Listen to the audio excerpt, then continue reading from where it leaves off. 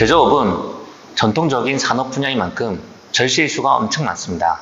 이슈가 많다는 것은 우리가 알아야 할 내용도 많지만 대표님들에게 해줄 일도 많다는 뜻입니다. 안녕하세요. AMI 강경현 세무사입니다. 오늘은 제조업 접근 전략에 대해 알아보고자 합니다.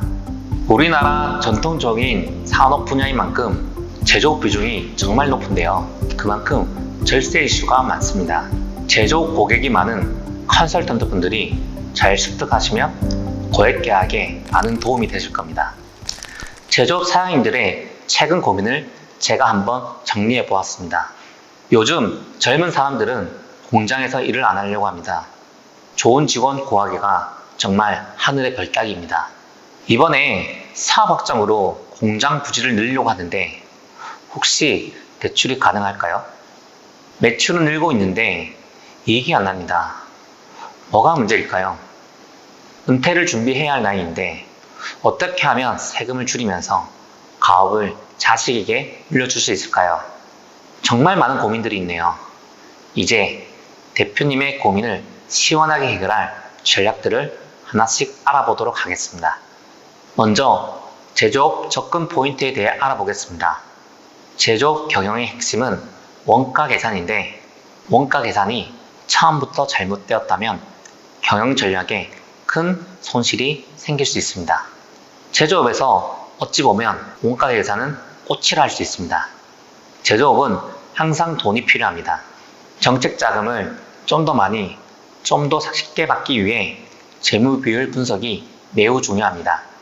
제조업 대표님들도 직원들 4대 보험 부담에 대해 말씀을 많이 하시는데요. 줄이기 위한 포인트에 대해 알아보도록 하겠습니다. 마지막으로 대표님들의 세금을 줄이기 위한 세금 감면, 기업 부설 연구소 등에 대해 알아보도록 하겠습니다. 먼저 제조업 원가 구성에 대해 알아보겠습니다. 제조업 원가는 먼저 직접 재료 원가, 직접 노무 원가, 직접 제조 원가, 즉 직접 원가와 제조 간접비로 구성됩니다. A 제품에 직접 들어가는 원가는 직접 원가, 수도세나 전기세 같이 A 제품에도 관련 있고 B 제품에도 관련 있는 원가는 제조 간접비입니다. 이렇게 제조 원가가 구성되어 제품이 만들어지고 이 제품에 적절한 이익을 붙여서 파는 게 판매 가격이 됩니다.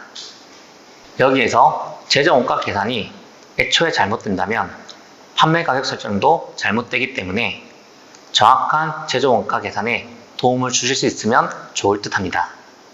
제조업은 항상 돈이 필요합니다. 이렇게 정책 자금을 잘 받기 위해서는 몇 가지 핵심 포인트가 있습니다. 먼저 단기 순이익률보다는 영업이익률이 중요합니다. 그리고 유동비율, 부채비율 관리가 중요한데요.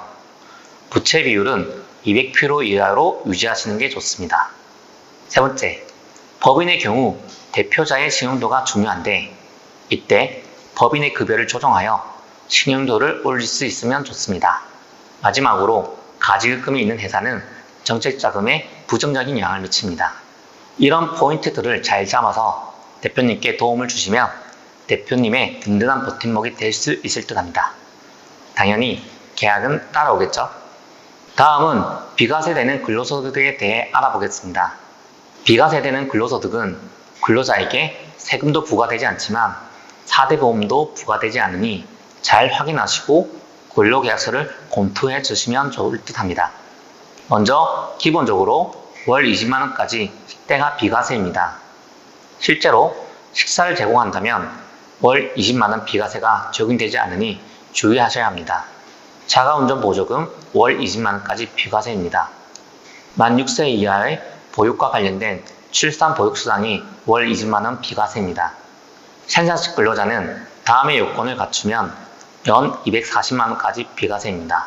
월 정액급여가 210만원 이하이고 직전 가세기간 총 급여액이 3천만원 이하이어야 합니다. 이때 포인트는 직전 연도 총 급여액 3천만원인데요. 실무에서는 놓치는 경우가 많으니 잘 체크해 주시면 좋을 듯 합니다. 마지막으로 일진료, 숙직료는 사회 통념상 합리적인 금액이라면 전부 비과세입니다. 사실 제조업 대표님을 만나보면 실제적으로 4대 보험 컨설팅을 통해서 4대 보험이 줄어든 사례가 많은데, 이때 근로계약서 검토도 필요하니 주휴수당, 연장수당, 연차수당 등의 개념도 알아두시면 좋을 듯 합니다. 다음 자료는 세법상 연장수당 240만원 비과세가 되는 직종이니 참고하시면 좋을 듯 합니다. 마지막으로 연장수당 비과세까지 적용한 4대 보험 컨설팅 예시를 들어보겠습니다. 먼저 일주일 근무시간이 55시간이고 시급 만원인 경우 월 급여가 약 275만원이 됩니다. 이때 1년 동안 4대 보험 총액은 약 650만 정도입니다. 월 급여가 275만원이면 먼저 두루누리가 적용되지 않습니다. 그런데 이 부분을 주 40시간 근로계약으로 변경하고 두루누리를 적용, 연장수당 20만원까지 적용하면 1년 동안 4대 보험 총액은 310만원이 됩니다. 1년 동안 총 절감액은 1인당 약 340만원입니다.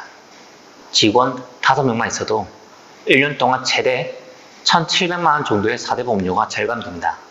단순하지만 정말 파워풀한 내용으로 처음에는 다소 이해하기 어려우실 수 있지만 앞의 내용들과 다같이 잘 숙지하신다면 계약하시는데 분명 큰 도움이 되실 겁니다. 다음은 제조업에서 자주 쓰이는 세금 감면 정책입니다. 크게 두 가지인데요. 하나는 창업 중소기업 감면이고 하나는 통합 고용세액공제입니다. 창업 중소기업 감면이 안 되는 경우 중소기업 특별세액 감면도 있는데요. 여기에서는 설명을 생략하도록 하겠습니다. 먼저 창업 중소기업 감면의 경우 지방의 경우 청년 창업의 여건을 갖추면 5년 동안 100% 상여금 감면이 됩니다. 정말 파워풀한 정책인데요. 다만 주의사항이 있습니다.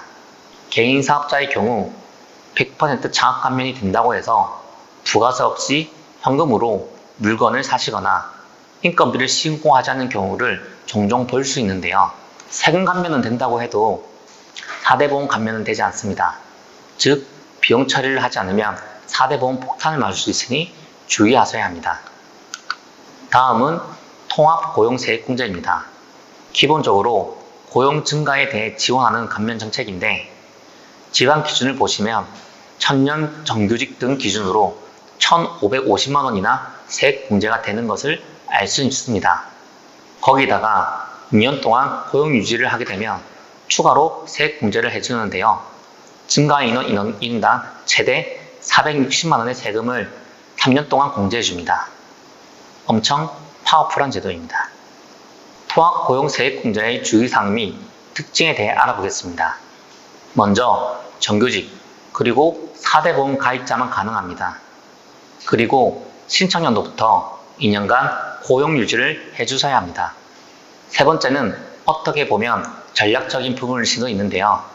정규직과 계약직을 잘 구분하여 현 상황에 맞게 신청이 필요합니다. 외국인 근로자도 4대 보험을 가입하면 가능합니다. 추가적으로 계약직이라 하더라도 근로계약 기간이 1년 이상이면 통합고용 증대가 적용됩니다. 다만 청년 등 통합고용세액공제는 적용되지 않으니 주의하셔야 합니다.